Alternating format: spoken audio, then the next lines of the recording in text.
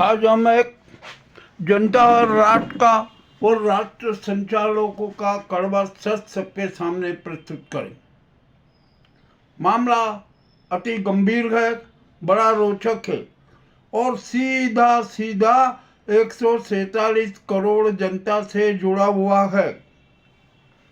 यहाँ पर आइए अभी यहाँ पर शातिर ढंग से हम गरीबों का, देश की जनता का नरसंहार किया जा रहा है और उस योजना को नया नाम दिया जा रहा है, नया भारत, नया भारत, नया भारत। वाह, कितना अच्छा नया भारत है।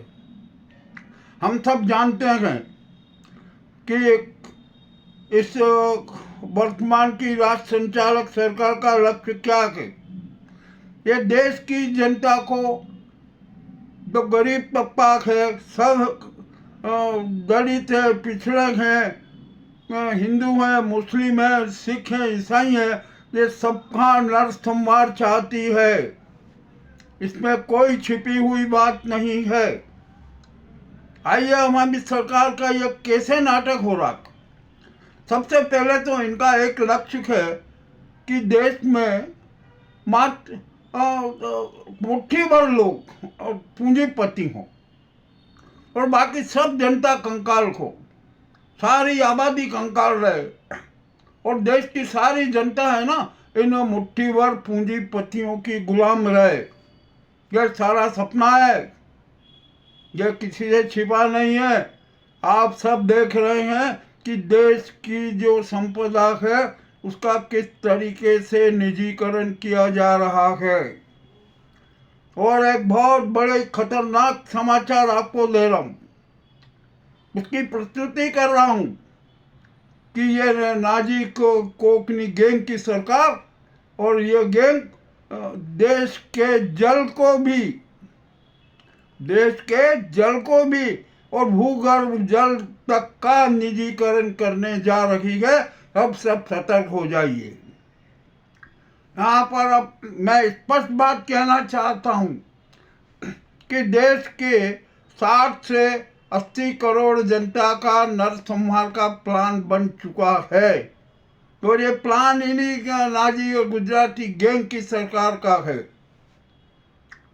सबसे पहले जल हमारे लिए जरूरी है, जीवन के लिए जरूरी है।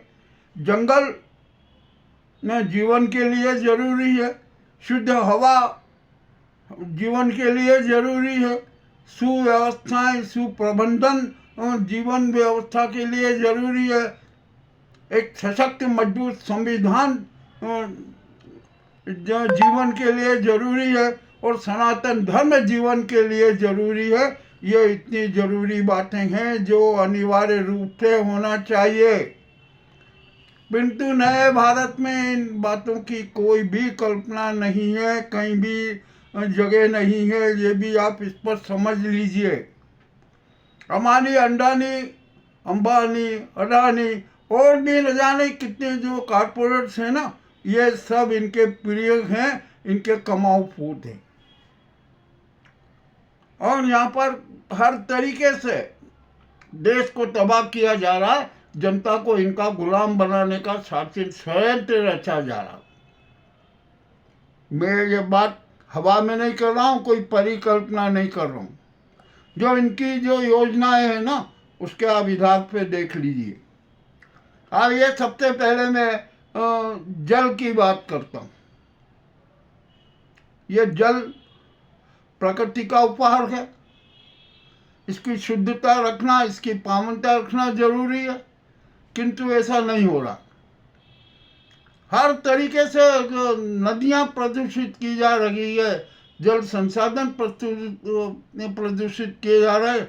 आप सोचिए, हमारे भूगर्भ जल की स्थिति क्या हो गई। 800 फीट तक का बोरिंग करके भूगर्भ जल का दोहन किया जा रहा है। ये भी किसी से छिपा नहीं है। अब जनता को शुद्ध पेयजल मिलना चाहिए ना, मगर वे तो उसके जो प्राकृतिक अधिकार है उसको भी छीनना चाहते हैं। ये जैसे वोट चोर हैं, ये सत्ता चोर है। ये एक चुनाव चोर है, ये सरकार चोर है, तो ये है ना अब प्राकृतिक साधनों की भी चोरी कर रहे हैं। ये एक भी बात किसी से छिपी नहीं है। तो आइए अब मैं आपने एक अभी चर्चित घटना जो घटित हुई है इंदौर में, यहाँ पर दूषित पेयजल के कारण 17 लोगों की मौत हुई। मौत के लिए जवाबदार कौन? कोई जवाबदारी लेने को तैयार नहीं, कोई अपनी जवाबदारी महसूस करने को तैयार नहीं। सिर्फ राजनीतिक नाटकबाजी की जा रही है। तो आइए अब मैं यहाँ पर बताता हूँ कि इंदौर में जो नरसंहार हुआ है ना जल के माध्यम से, उसके लिए सबसे पहले मध्य प्रदेश सरकार दोषी है। दूसरे क्रम में ये पोल्यूशन बोर्ड, प्रदूषण मंडल आता है।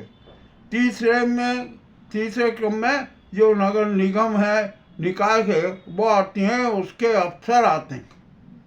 और चौथे ये नेता शाह हैं, दो कमीशन के आधार पर सारी योजनाओं की ऐसी कम तैसी कर देते हैं, उसकी घड़ी बना देते हैं। ये 4 लोग हो गए। मामला बड़ा विचित्र है। और 5वां जो ये समाज पालिका और खबर पालिका है ना, ये भी अपराधी है। क्योंकि जब ये सब जानते हैं कि सच हो रहा है, परंतु ये सच प्रस्तुत नहीं करते। ये तो इन जो कारपोरेट्स गैंग है, नेता हैं, मंत्री हैं, अफसर हैं, उनकी गुलामी करते हैं, जनता के साथ गद्दारी करते हैं, धोखा देते हैं, सच कभी सामने नहीं रखते। ये भी बड़ी विचित्र। तो ये अपराधी हैं। आखिरकार अब इनका उपचार कौन करेगा? सवाल ये भी उठता है। उपचार तो करना पड़ेगा ना, परंतु करेगा कौन? जो राज संचालक जो बैठे हैं, ये गुजराती गैंग की, इनसे आप आशा मत कीजिए। ये तो देश की हत्या चाहते हैं, विधान की हत्या चाहते हैं, संविधान की हत्या चाहते हैं, मानवीय मूल्यों की हत्या चाहते हैं, सनातन धर्म की हत्या चाहते हैं और देश की जनता की हत्या चाहते हैं। इनका लक्ष्य है कि शातिर ढंग से नरसंहार किया जाए, विभिन्न साधनों से किया जाए, जल के माध्यम से किया जाए, पेड़ों की कटाई के माध्यम से किया जाए, प्राकृतिक संरचना के साथ खिलवाड़ करके नरसंहार को आमंत्रित किया जाए, मुहूर्त दिया जाए। आपने सब देखा है, ये कोई सारी घटित घटनाएं हुई है। मैं कोई एक अपनी मर्जी से कुछ नहीं कह रहा हूँ। जो घटना है घटित हुई है ना, वो सारा हम देख रहे हैं। क्या न्याय विधा की हत्या चाहते हैं, मानवीय मूल्यों की हत्या चाहते हैं, देश के सांप्रदायिक सद्भाव और एकता की हत्या चाहते हैं। इसके साथ ही साथ सनातन धर्म की हत्या पर भी आमादा है। देखिए ना, अभी एक नया नाटक चल रहा है, हिंदू सम्मेलन कर रहा है। यहाँ पर हमारे मध्य प्रदेश में संघ हिंदू सम्मेलन कर रहा है। इनको यही नहीं पता कि हिंदू है क्या, हिंदू किसे कहते हैं, आखिरकार हिंदू क्या है, हिंदुत्व क्या है। अरे हिंदुत्व कोई धर्म नहीं है, वो तो श्रेष्ठ और पूर्ण जीवन जीने की कला और विधा है। किंतु अभी उसका सम्मेलन कर रहे हैं।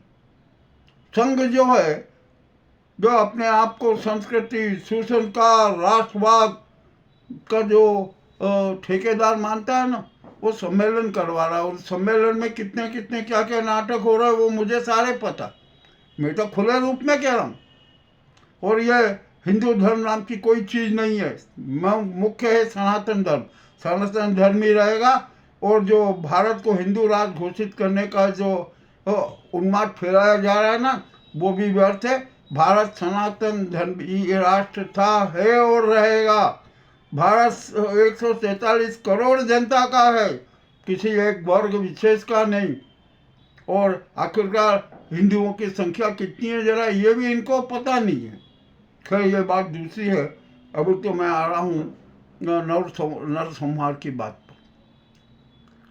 अब देश की 68 से 80 करोड़ जनता को यदि शुद्ध पेयजल नहीं मिलेगा तो वो क्या करेगी, कैसे जीवन जिया जाएगा, इसकी जरा कल्पना कीजिए।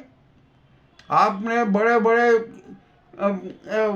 विभाग बना रखे हैं, और जल विभाग बना रखा है। जल विभाग कर क्या रहा?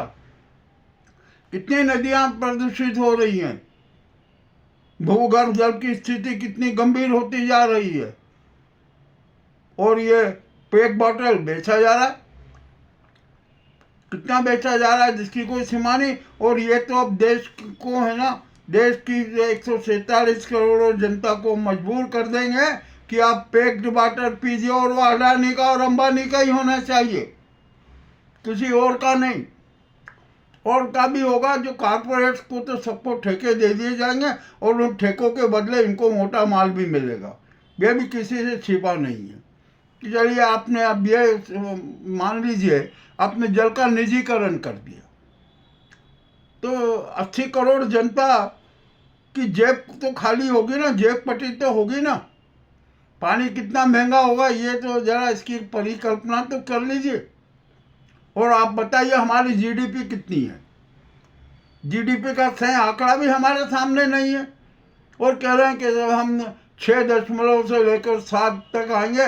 अरे ये देश की जनता है ना, पानी के नाम पर, उपचार के नाम पर अपनी जेब खाली कर रही है।